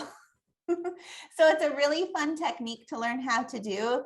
It's fun to use things like your family or friends' dogs or people that you know, and then make these images of them, and they'll think it's really fun. So again, if you're going to take your own images and you want to use something like you want to use a photo of yourself or someone you know, put them on a white background, take a picture with your iPhone, or be able to clean up the background as much as you can in Photoshop. It'll make your job a lot easier. And we're going to be doing something like this. So this image of Beyonce actually worked pretty well to do this.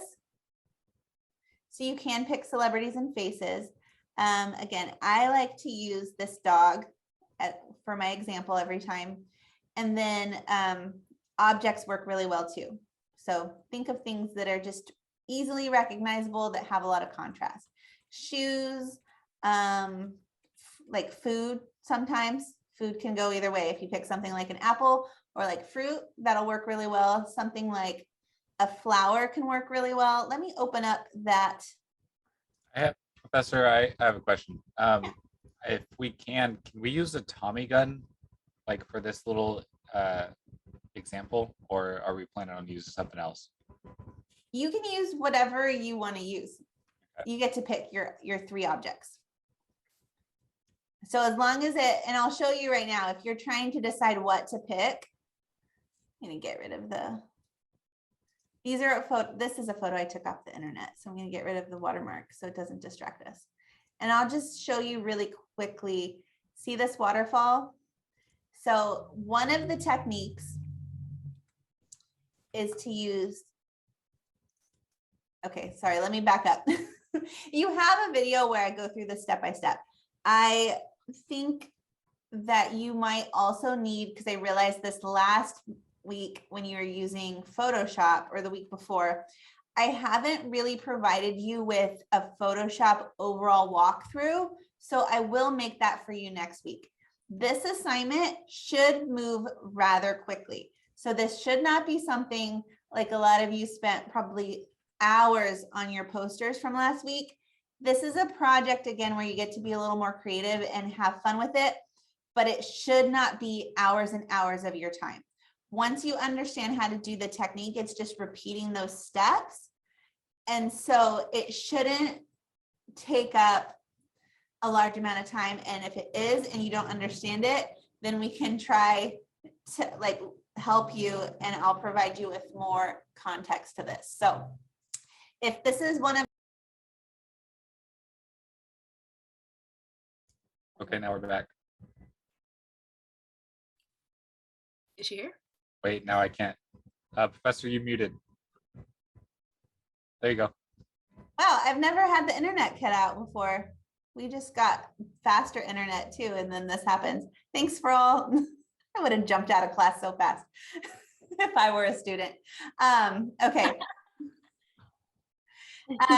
Thanks. I don't know what happened there. It just cut out. So what I was saying was, if this is overwhelming or too hard, it should not be taking you a lot of time. There's something that you're missing. There's a step that you're not understanding, and we can go through this step by step. But the point of the assignment is to look at these images and see how the shapes and everything break down, so that next week you have a better understanding of logo design. So I'm going to screen share again. And you're all here still. So I will make you a video I won't do it tomorrow. Try to do it on Monday. I'll make you a new video just walking you through some Photoshop basics, because if you know where your layers are, if you know where your different elements of Photoshop are, layers are going to be a key component of this. Layers, magic wand, selections, those are the things that you're going to want to use. So I will make you a video and walk you through just Photoshop in general to give you a little bit more information about how to use Photoshop. And you can watch the video if you want to watch the video and just start tackling this and see how you fall, like if it's easy or hard, you can do that.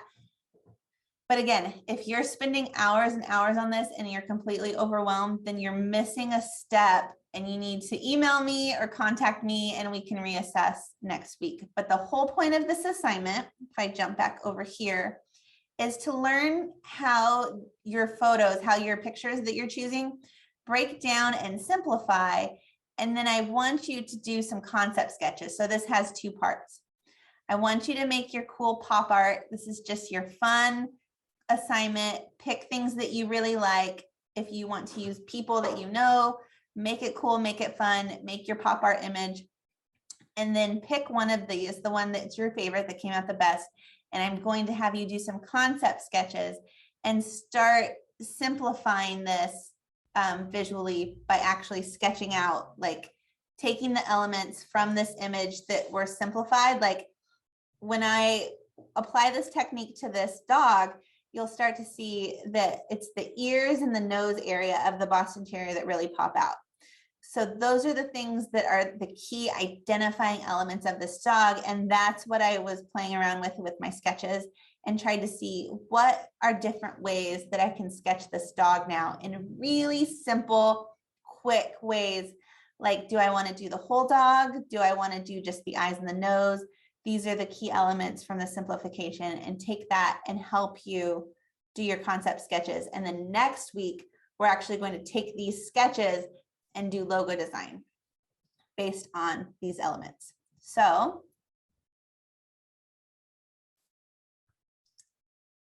you have your image.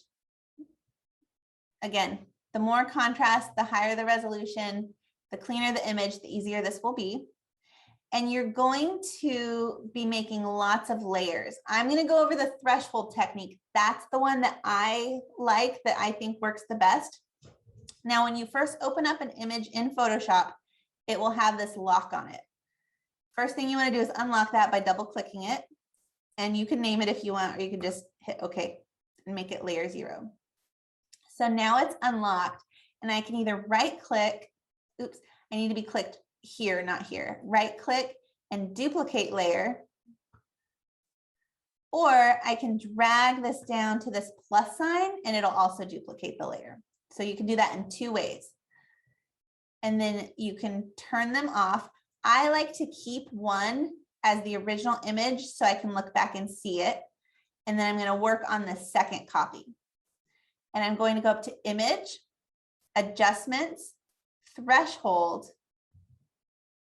And this will pop up, and you'll see here that it's turned this image into two colors. It's converted these shapes into black and white. And if you slide it, it either changes it to a more solid image where it fills it in with more of the black, or you can go this way and get more of the white. So for my first one, I'm going to slide it over where it's almost completely solid. I'm going to stop about right here and hit OK. Then I'm going to turn this off and go to my next one and do the same thing. I'm going to image. Oops, I'm not clicked on it. See, I couldn't do it because I wasn't clicked on the layer that I wanted to work on. Image, adjustment, threshold. And now this time I'm going to keep my slider. Last time I was way over here. I'm going to keep it kind of a midway, about right there, and hit OK. Now I'm going to make one more copy. I'm just going to right click, duplicate, and I'm going to slide this one all the way up to the top. So it might be helpful to name your layers. If you're new to Photoshop,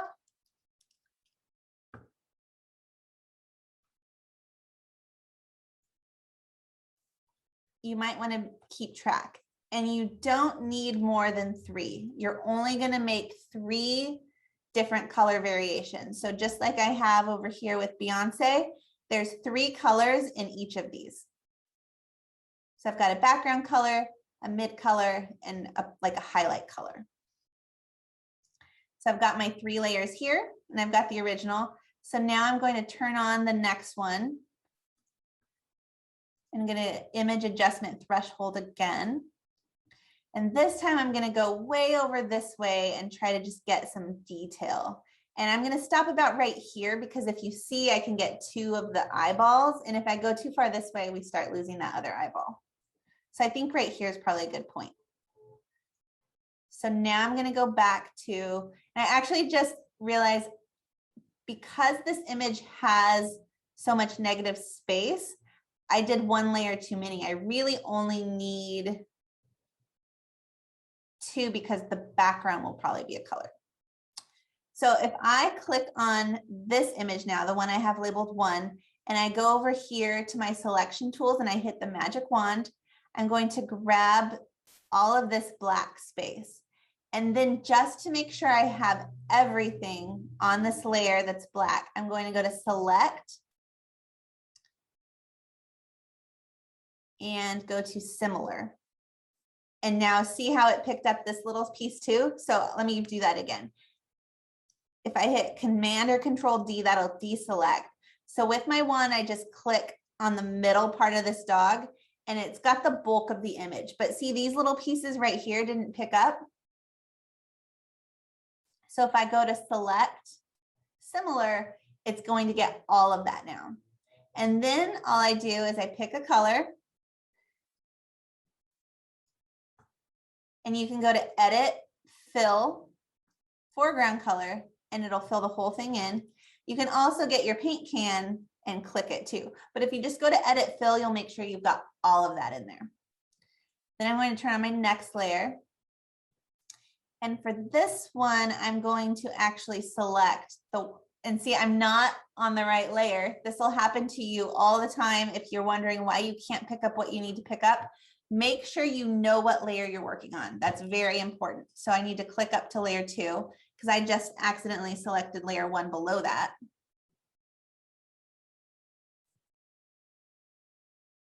And this time I'm going to select the white portion of this and I'm going to go to select similar. I'm going to hit delete. So now if I turn this back on, and this is what I meant when I said I did one layer too many. Really, all I need to do for this base layer, I could fill the entire thing in with green because I need 3 colors. So now if I select this layer, because I already got rid of the background color, now I can hover over this layer, control click it, and it'll grab everything in that layer. If you don't have that part done, you can do the same thing with your magic wand, select a piece of it, but see how it left these other pieces of the dog, and select similar, and now it will grab those pieces for me. I'm going to pick a new color, something that contrasts, that'll show up well. See, if I go here, remember our color theory, that'll probably vibrate too much. So I'm going to hop over and down just a little bit. But I picked like a really vivid green, so a lot of things are going to vibrate with that. Edit, fill, foreground color. Okay. And then I'm going to turn on this layer, do the same thing, select all of, and again, I clicked on the wrong layer, so I didn't select the layer I thought I was selecting. You can always hit Command D and deselect. Make sure I'm clicked on layer 3 where I want to select. Just click in the middle of that white area, select similar, make sure I grabbed all of the little pieces in there. If I don't do that step where I select similar, I could very easily see here, if I just select this and delete, see how a lot of those white pieces are left over, but I only want 3 colors in my image. So if I undo here and I select this area and add select similar, it'll pick up all those other little pieces in between and I don't have to zoom in and click and delete one by one. So now you'll see here, I still have some white left over on this layer. And again, each image is different, but this particular image that I chose, I need to grab that green again. And I'm just gonna, because I don't need this at all, I'm just gonna color it in and just get rid of those white spots. This particular image works where the background color can be one of your colors. The image here of Beyonce works the same way, where this background color is one of my colors. So I can literally just have a layer of solid color, and you really only have to do that step twice. I think the black actually looks really cool, but because we're learning, I'm going to go ahead and fill it in with a color. But that black does look pretty cool in this image. So again, I can hit Command and click right in the middle of that layer. and it will grab everything for me, or I can use the magic wand, click a piece of the black and hit select similar to make sure I have every piece. And then let's see, because that black looks so good, I think I'm going to go with like a deep color. Maybe we should try something lighter. I think let's try, I don't know, let's try orange. Oops. Okay. Then edit, fill. Ooh, that's bright, but it looks cool. So there you go. That's what you do. It's that easy. Now I know a lot of you are going to run into problems. It's going to be figuring out the layers, clicking on the wrong thing. The reason I like to leave the original is so if you mess one of these up, you can always duplicate a new layer. You can bring it to the top. You might even think like, well, maybe my threshold wasn't where I wanted it to be. Maybe this one doesn't have as much detail as I want. You can see here, like the eyes maybe overlap too much. So maybe I want to just try a new layer for fun. And I come back up, bring this new untouched layer to the top, go to image threshold again. It's under adjustments. And maybe pull it all the way over. So I want you to experiment. That's part of this too. And then again, I'm going to click on the white, select similar, and delete that. So if I look at these two, I have, this was what I did with the orange, and this is the black. If I zoom out, yeah, I think now that I'm assessing this, I think the orange almost had too much, and I like the lesser detail of the new black layer that I did. And then I can click on this again and I can fill in this black layer as well if I want to. And I can use that same orange color. If you take your paint bucket, you're gonna have to fill in every single piece where those ants are marching around, the dotted lines. So edit fill is the way to go. That's gonna be your best friend. And just make sure it has foreground color if that color is on the top. And there you go. So I think that I like the second one a little bit better with a little more refined detail where you see more of the purple coming through. And then you're going to file, save as, and save each of these as JPEGs. And you'll see here, like I have dog 1, dog 2, dog 3, dog 4. So what you're going to do is do this. I want you to show me your original image and the posterized or the stylized image underneath it. So you're going to have 4 pages turned in. You're going to have 1 page for each of your objects. Like, so if the dog was one of mine, it'd be 1 page. And then I'd have 2 more pages with other objects. It might be like a pen or a hat or a plant. And I'd have 3 pages showing the original image and my stylized image. And then I'm going to pick my favorite one. Someone have a question in the chat? No, just a snide comment.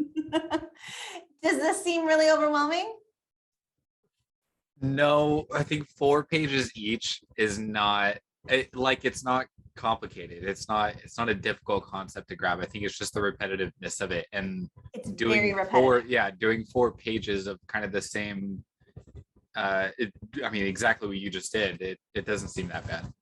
Yeah, it's very repetitive. And even when I was explaining this to you, I'm like, okay, so image, threshold, select, similar. And it's just, you're just repeating steps and getting used to Photoshop and seeing where you like these. Oh, am I still screen sharing? I am screen sharing. Okay. It'd be very like me to show you something and my screen sharing not be up. But just figuring out where you like these images to go. And if you look at this one that I just made this one versus this folder too. If I pull up one that I made in the past, see how different they are. I made different decisions last time I did this. So I chose to threshold this dog all the way. And that was in this image. So again, things that will save you and make you not get upset, keeping an original image on as your base layer and knowing what layer you're working on. So you'll see in this image that I did in the past, when I went to threshold, adjustment threshold right here, I slid this all the way over. And so then I chose my background color, select, similar, delete, see the repetition, and then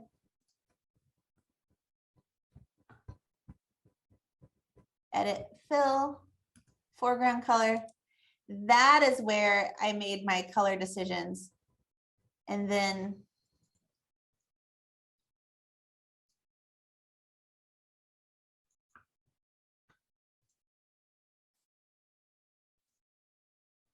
oops, I just filled the wrong layer. So again, these are things that you will probably do. So I just did edit fill and I'm like, it didn't fill it. I was on the wrong layer. So being very aware of what layer you have selected in your layer palette will save you a lot of distress. So edit, fill, foreground color. And that way, like you really could do this all smashed together, but it's much easier if you keep these on separate layers.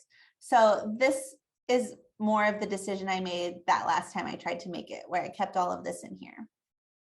Again, 3 colors for each image.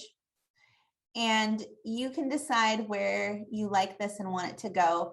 And a super easy way when you decide what image you like the best and you're ready to make your 3 other color variations, come down here and click on hue saturation. You definitely can reselect each of these layers and fill it in with brand new colors if you are a person that likes control and precision and knows exactly what 3 different color palettes you want for each of these.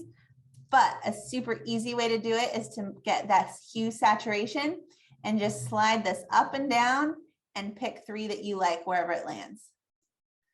And then you go file, save as JPEG 2, slide it again, file, save JPEG 3, slide it again, file, save JPEG 4.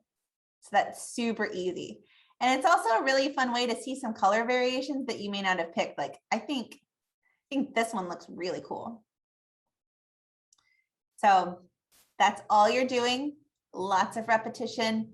It's not that hard, but it is very technical. Remember what layer you're working on and pick your images that will work well, and that'll save you so much trouble. And again, it shouldn't take a long time. When did I start talking about this?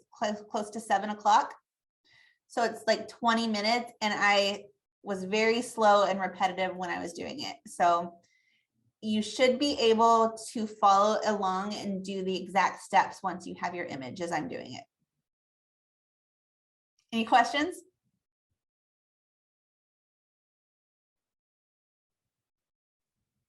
Did I bore you all? No, Professor, I have one question. By chance, were you gonna upload the class right now? Like, well, obviously not right now, but just because I tend to watch the live classes like several.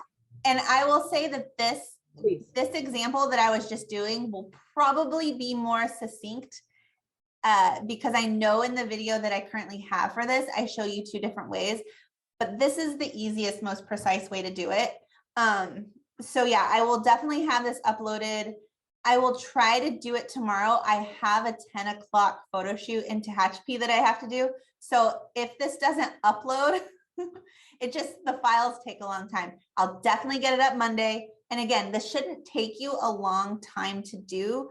So if you have to save it for next week, I know, do a lot of you like to work on your projects over the weekend because you have more time? I'll definitely try to get it up tomorrow so you can watch this video again and again. I will also try to make you a video next week just going over Photoshop more so you know the toolbar and where things are, because it is probably the most different from Illustrator just because you're working with pixels, so things kind of function a little bit differently. So I will supplement that with those 2 bits of information. But just do your best. And I would say follow this part of the class along. And you can also try watching the tutorial I have in the assignment too. And it covers the same thing. But a lot of times I'll say something differently, or I'll like remember something different. So each time I teach something, it's always a little bit different because there's just so many ways to go about this. But it is a very step-by-step thing. And it might even help, and I can do that too, is type out, a lot of times when I'm looking for a tutorial, I like tutorials that have written instructions versus watching a video, because I can read, do the step, read, do the step. So I can do that as well if some of you think that's helpful. I think that I'm looking at the assignment.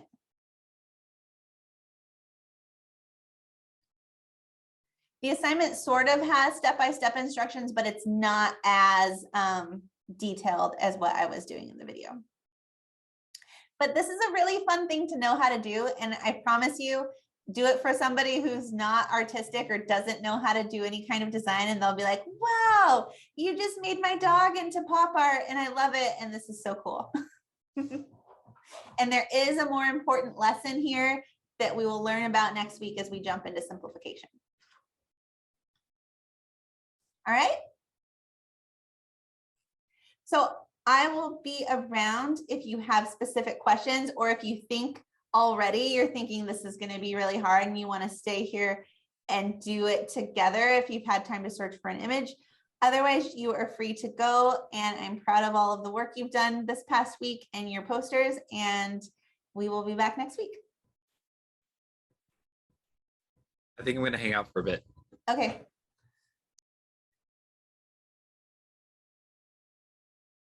Yeah, if anybody has an image up and you want to do one and I'll walk you through it, we can do that.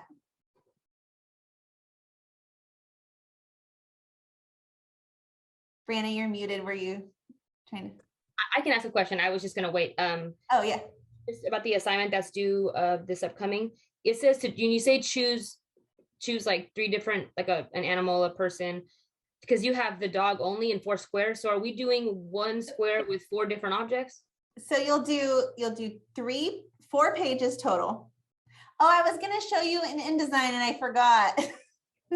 So for those of you who are here, I was actually going to go over this in InDesign. Let me screen share. And those of you who missed it, I apologize. I think it's in that old video. So what you will actually have, if I go to I have to move you all, pages. It's going to be 4 pages in your assignment. And it's okay if they all fall next to each other. Just export it as individual pages. So I would have, my first one would be this dog and the original image of the dog.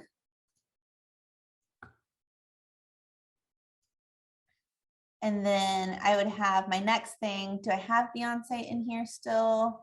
I don't think I have that original image of Beyonce, but it would be like this one. And then pretend that this rectangle is the original photo of Beyonce. And then it would be like this flower. Let's say I picked this flower. And then this rectangle will be my stylized version of this flower. So you'll have 3 pages, this one, and this one with the 3 different things that you chose. And then the last page, you pick your favorite, and you only have to color change one of them. And then you tile it together. So what I was going to show you are easy ways to do this tiling. I have these images saved out as 4 different images. So what you can do, whether you're a drag and drop or a file place person, I'm going to make 1 extra page just to show you how to do this. You can file place and grab that image and then place it on your page where you like it. And the easiest way to bring all 4 images in at the same time, at the same size, is to get this first image exactly where you want it. And you can see my guide is telling me like that's centered. So maybe I want to move it up here in the corner and scale it so I know that when it's gotten to center. And then you just make a copy of that. So what I was doing were the key commands, where I get my selection arrow and I click on it and I hold down Control Option or Command Option, and then I can just copy it. But you can also Command C, Command V and paste it, and then move it right next to that one. So you'll see it's a little bit too big. It's going off my page. So I can grab both of those by holding down Shift and clicking on both of them, and then get my scale tool and move it back in. So now I have two of these that are side by side. And so because I just duplicated that same image, I can just Command D or File Place and go to my next image, and it opens it back up the exact same size, and it fits perfectly in that square. If I were just to grab these 4 images and drag them over here and do this, I kind of have to line them up, but it's not quite working. And then I have to go in and resize and shuffle everything around. But if you just start with one and copy it, so now I can grab both of these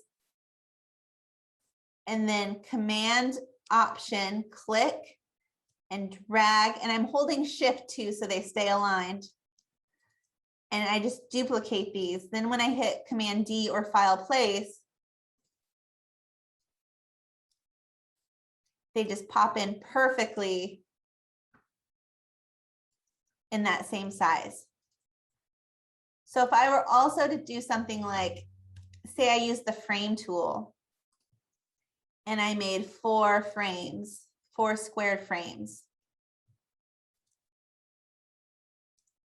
I'm going to go to View, Extra, Show my frame edges so you can actually see what I'm doing. Say I had these 4 frames here and I was going to fill them in with my image.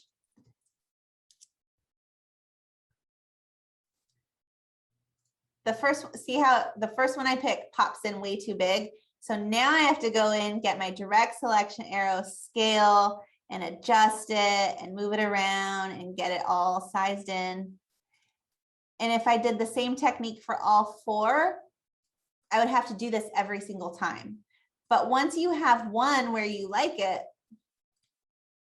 you should just be able to copy that and then Command D or File Place and then click on your next one and it'll pop in the exact same size. So your final document for class will have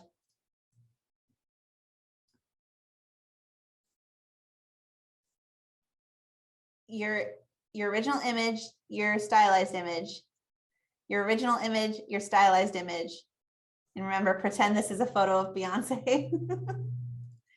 Your original image and your stylized image. And again, pretend like we did that step here. And then you'll pick your favorite one and do it in 4s.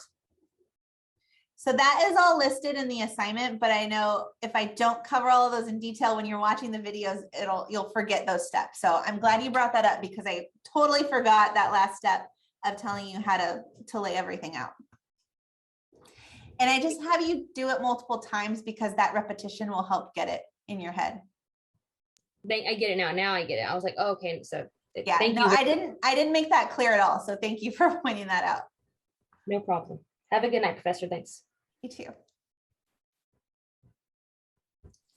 Anybody else have a I'm stuck at the after the threshold, after we mark our thresholds, how do we select the, I forgot which tab we used to select like the inverse or select the do you want to screen share and I'll walk you through doing it on yours? Yeah, that's probably gonna be best.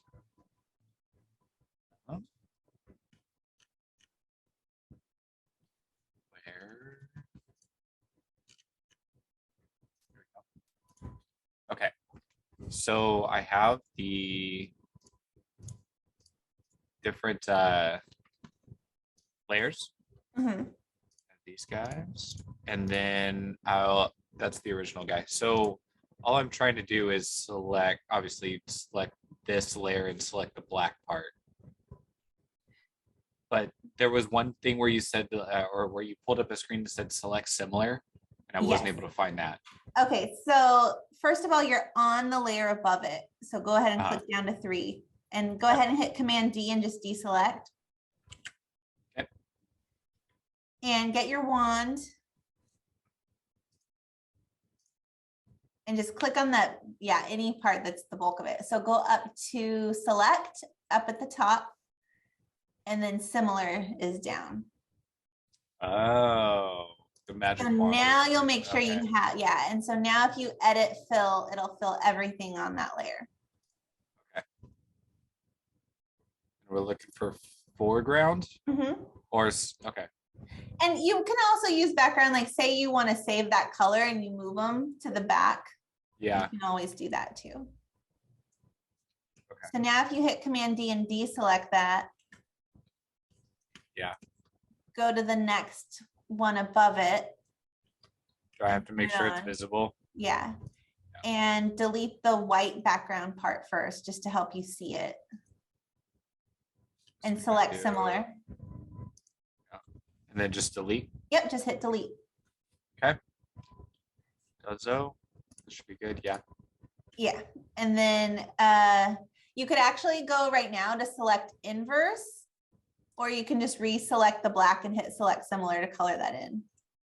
Okay. I gotcha. And then pick your color. Oh yeah. Edit fill.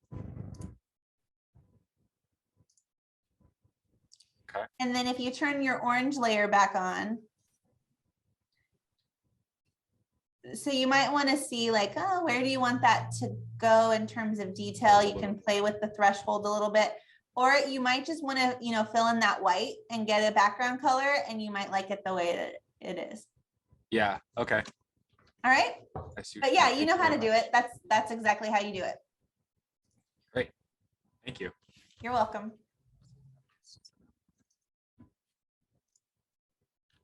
Anybody else have questions?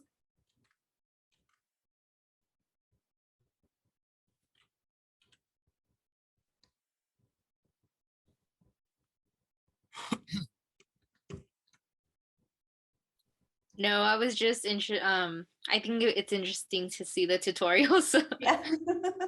A lot of times too, it helps to see what other people are asking. So let's. Thank you for the clarification on the projects. It makes sense now. Oh, good. All right. Thank you. Have a You're good welcome. night, everyone. Good night.